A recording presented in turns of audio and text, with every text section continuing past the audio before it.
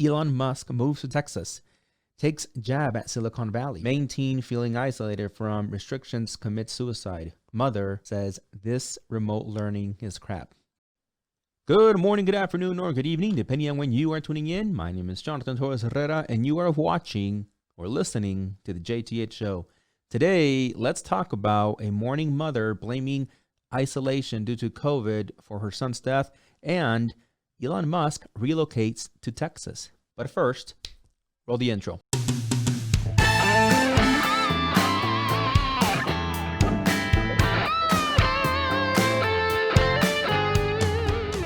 All right. Thanks for tuning in. If you're new here to the show, this is my show where I do kind of like some stories that I find interesting that I want to share some thoughts on with you guys. So I appreciate you guys being here. I also have the show available in any other episode on Spotify, Apple Podcasts, Google Podcasts, or Radio Public. So I appreciate if you actually listen on there as well.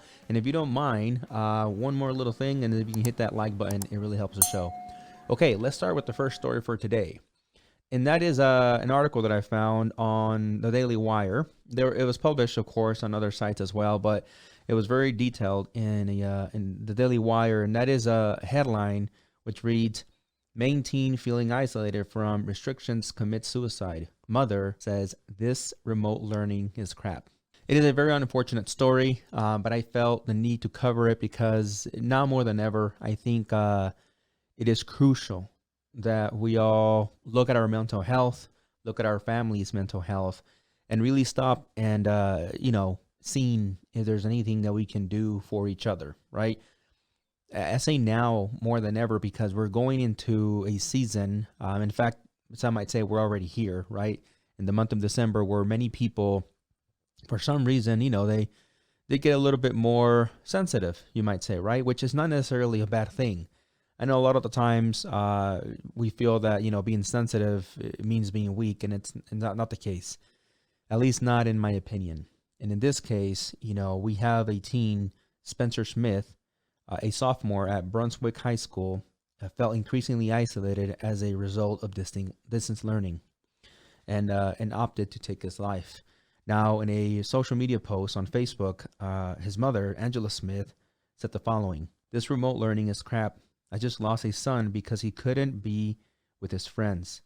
He was trapped in the house. He felt like he had lost his friends and had a hard time with his schoolwork. He felt he had no future. He hated what society was becoming, so he took the easy way out. Parents, please take everything your kids are saying seriously. Give them a huge hug and don't let go. You never know if it will be the last time.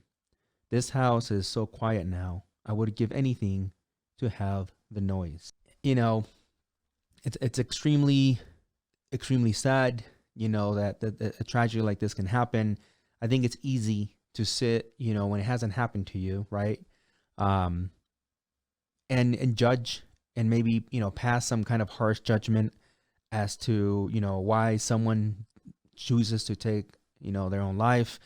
But I think if you take a moment, and humble yourself and really find the empathy to understand that while you may be dealing with something fantastically, as hard as it can be, not everybody's like you. Not everybody feels the same way, accepts things the same way. We're all different. We're all human. I don't think it really makes anybody stronger or weaker. It's just, that's the thing about being human. You're unique to whatever it is that, you're receiving and how you're dealing with it. And I think more importantly is that many people don't stop to understand really that we need help sometimes, right? To be able to deal with tough situations. And again, sometimes asking for help for many people may feel like, oh man, that's beneath me, or it makes me less, it makes me weak. And it's hard because in many cultures, right? Again, asking for help makes you look weak. Saying you have, some kind of a mental issue makes you look weak. And it's not the case, right? It's not the case at all. And again, I insist, now more than ever, I think we should reach out to family members. Now, the boy's father also has some stuff to say. In the same article, he said, the social distance ain't working for the kids. I mean the kids are having a hard time. NBC also published an article in relation to the same story. Maine teen dies by suicide after struggling to cope with the pandemic, father says. In this article, the father goes on to add, "We knew he was upset because he was no longer able to participate in school activities, football. We never guessed it was this bad." His son left a note behind detailing his struggles with being isolated, writing that he felt like he was locked in his house. He says, "Looking back now, we could see little things that we should have caught, but we didn't realize his mental health was deteriorating as bad." So let me say that I personally have said things in the past like, hey, I'm not affected by many things that are happening out there because I'm always in here, right? I've said that many times in the show. And, when I read the story, I for some reason, I immediately thought of those words, right? My own words. And let me start, by saying that I never intend to minimize anybody's struggles out there just because I'm in here, right? That's not my intention. It never has been and never will be. I do feel like, that perhaps now I'm looking at it from a different point of view and saying that, people that weren't used to being home all the time, maybe like me, are having a harder time adjusting, right?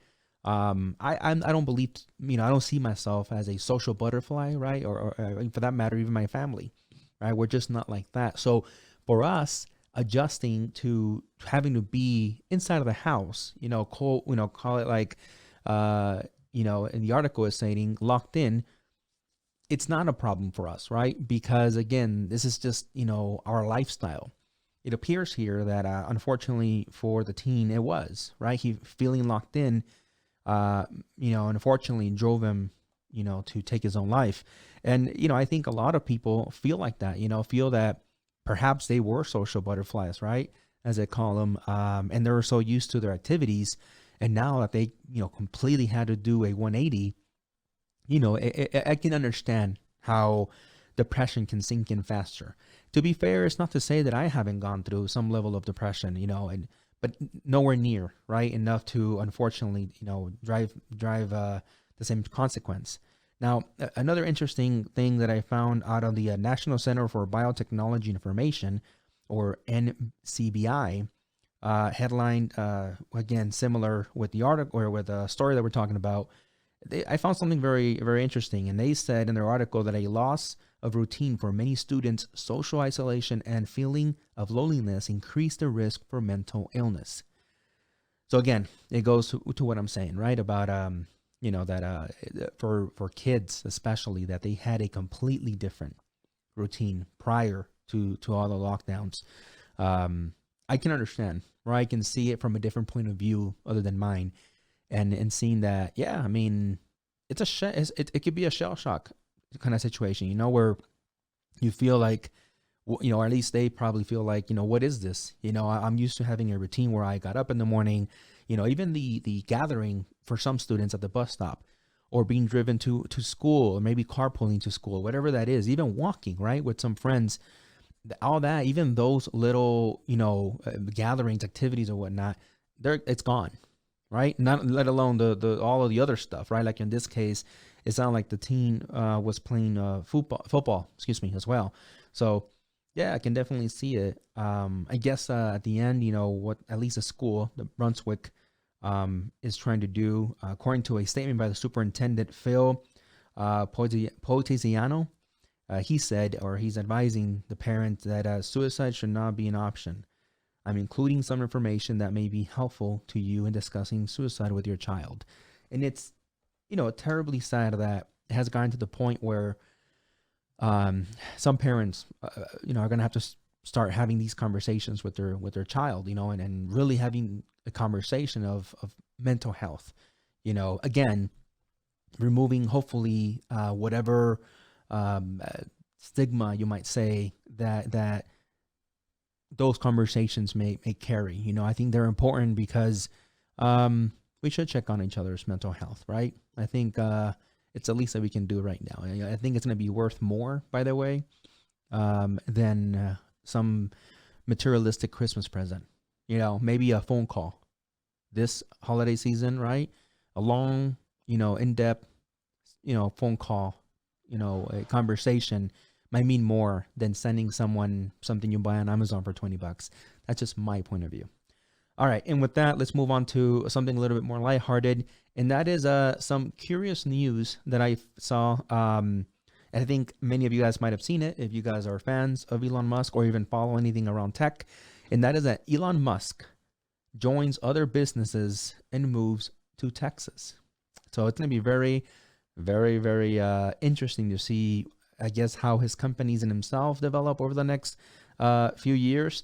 But in the Wall Street Journal, there was, of course, the article, Elon Musk moves to Texas, takes jab at Silicon Valley. The Tesla Incorporated chief executive Elon Musk said he has moved to Texas, taking aim at Silicon Valley and becoming one of the highest profile executives yet to leave California during the coronavirus pandemic.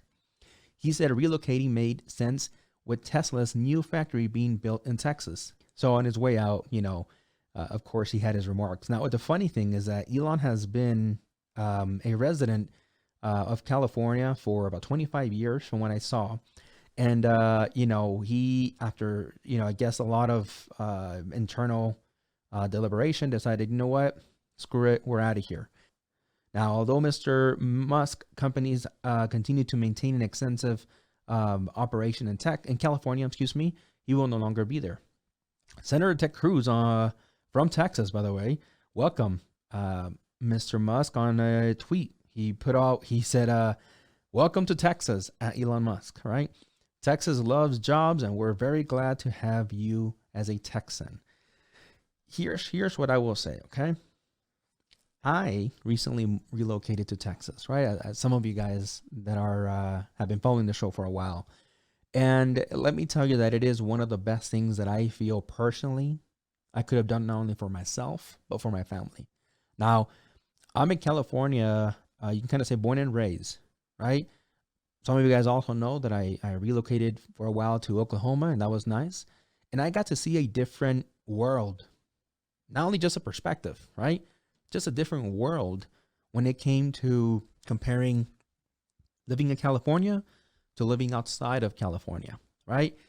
Of course, as a family man, I can tell you that the first thing that jumps out at you, besides the financials, right? It's the tranquility. Yeah, a lot of people think it's always about the financials. Not necessarily. For me and my family, it was more about the tranquility, right? Of feeling like, you're not in a city. And I live in San Diego, by the way, which is not in LA, but some will tell you that it's getting just as bad. But anyways, the tranquility of, having literally momentary traffic, not living in traffic, right? That you go to a store and it's not, it doesn't feel like a Black Friday every day, right? Where there's lines out the door or you're waiting in line and, there may be tons of people working there, but there's only for some reason 2 lines or 3 lines at the grocery store, or the checkout open. It's just a different feeling. And I will tell you that here in Texas, I found that again, just like in Oklahoma, right? It just felt differently, right? I will tell you as well that for some reason, you can argue that maybe is in my head, and that's fine. People, at least here where I am, are actually nicer. I don't know if it's maybe the fact that they're going through less stress as well, but I felt, and I even mentioned, I remember in one of my videos, I hope I remember which one it was, but where I talked about going and asking, someone like at a taco shop for salsa or ordering your food, and, they're always like, anything else? It's just always, they're so edgy, sure, you can argue and say that's just someone that's ill-mannered, but it always, at least for me, felt like that was a common thing, from service providers at many different levels, right? Whether you're talking about a restaurant or even when I used to work, as a technician, I felt like other fellow technicians, without calling anybody by name, had a really piss poor attitude, right? And they didn't care about really doing their job. They wanted their check and wanted to get out. Like being cordial It was like the last thing. Like, what is that? Right? It just feels differently here. Now, for financials, right? Or speaking in financial terms, like, what most people will care about. Yeah, you save a ton of money, right? From a business owner perspective, I've saved tons and tons of money. I've also shared with you guys before that I paid $38,000 in taxes last year as a business owner. Yeah. No, I don't want you to think, oh, you mean throughout the year? No, that's just what I was liable for at the end of the year. I don't want to hear from anybody saying it's because you don't know the loopholes. That's a completely different conversation, right? Is that in California, if you make more money, you are punished. At least it feels like that, right? And, here in these articles, as an example, going back to Elon Musk, right? There's one example where Musk, who has clashed with regulators in Fairmont, California this year, and in Germany this week, said he views government as a monopoly that cannot go bankrupt. And that's true. That's very, very true, right? He also said if a team has been winning for too long, they tend to get a little complacent, a little entitled, and they don't win the championship anymore. California has been winning for too long. Also very true. And this is coming from a guy that is not necessarily the biggest fan of Elon Musk, right? I don't agree blindly with everything he says. I'm not, one of his, what do you call him, simps? No. To me, he's just another, rich dude and whatever, right? I'll leave it at that. But it doesn't take away from the fact that what he's saying on here, it has a lot of truth to it, right? It may be just that California has been winning for a long time. So a lot of its residents have become very complacent, right? And it's just like, do this for me, do that for me. So, those are those are some of the point of views there, right? The last thing on here from Fox Business is that they said that a tax-friendly Texas poised for flood of corporate relocations in the biggest year yet. Experts say corporate relocations to tax-friendly Texas are on the rise, and one of the industry experts predict 2021 could be the state's biggest year yet. It's very, very interesting. By the way, we had many other companies, including Tesla, and are one of the ones expanding to the Lone Star State, but also including Apple, Facebook, and Google have all recently expanded operations to Texas. So, listen, for anybody that's out there in California right now, I'm not trying to make you feel bad for being out there. If it suits your needs, if you can afford it, and if you really have no problem with it, then hey, listen, nobody's telling you to relocate. I would be the last person to tell you to get out of there, right? Again, when I'm speaking with someone that says I can afford everything out here, I'm not in any kind of crazy debt. Yeah, no problem. Or if you have the people that are like, man, I don't care being in debt. As long as I can have, 80-ish degree weather year round. As long as I can go to the beach every day. Hey, as long as it looks like, at least to the rest of the world, that I live a Hollywood quote unquote life. Congratulations. Again, I'll be the last person to try to convince you otherwise. But to the rest of you, right, that may be out there that you're like, yeah, it's tough out here, man. I'm living definitely paycheck to paycheck, and even worse, in crazy amount of debt, because everywhere I go, it takes, for a family of even 3 or 4 people, upwards of $100 just to go out and get a burger. Yeah, I will tell you, you might need to start looking elsewhere, right? Because, one thing is true is that while it's not easy, you can always relocate back. Right here, you're talking, by the way, with someone that did it, right?